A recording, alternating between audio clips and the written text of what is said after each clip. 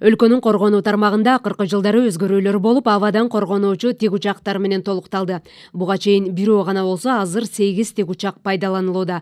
Министр өлкө эгемендүүлүк алган жылдан бери абадан коргонуу системасы жаңыланбагандыгын белгиледи. Тарыхыбыздагы болбогон ушу 1-2 жылдан бери каражаттар бөлүнүп атат.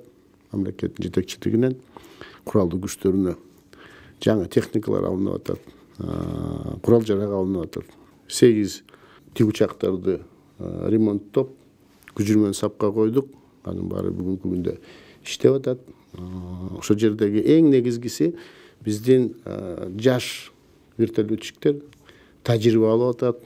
Канчалык көп вертолеттор узушча, ошончолук ошол жердеги специалисттерибиздин баягы тажрыйбасын көтөрүп алабыз деп ишенем. Ошондой эле модернизацияланган Печора-2 БМ мобилдик зениттик ракеталык комплекси да алынып, ал Казакстандагы аскердик аймакта атайын текшерүүдөн өттү. Учурда абадан чек араны коргоодо күчүрмөн милдетти ийгиликтүү аткарып жатат. Жыл башынан бери тармакка бөлүнгөн каражаттын көбү техникалык күчтөнүүгө сарпталса, келерки жылы кызматкерлерге кам көрүү жана алардын социалдык көйгөйлөрүн чечүү боюнча алгылыктуу пландар ишке ашмакчы. 24-жылга биз ушул социалдык тарапты жакшылатабыз деген бир максатыбыз бар. Анын баарын бир аскер бөлүктөрдө бүт айтып келатабыз. Мунун бир жагы Бишкек гарнизонунда эң биздин көйгөй маселебиз ушул. Биз азыр бир чоң аянтчаны бошотуп, ошону даярдап койдук.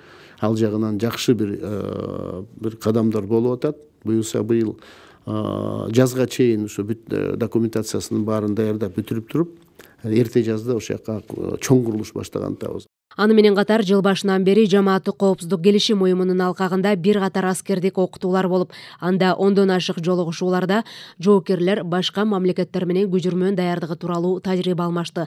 Бекен сакчыларынын аскердик мөөнөтүн өтөөдө алардын тамак ашына бөлүнгөн каражаттар да көбөйдү.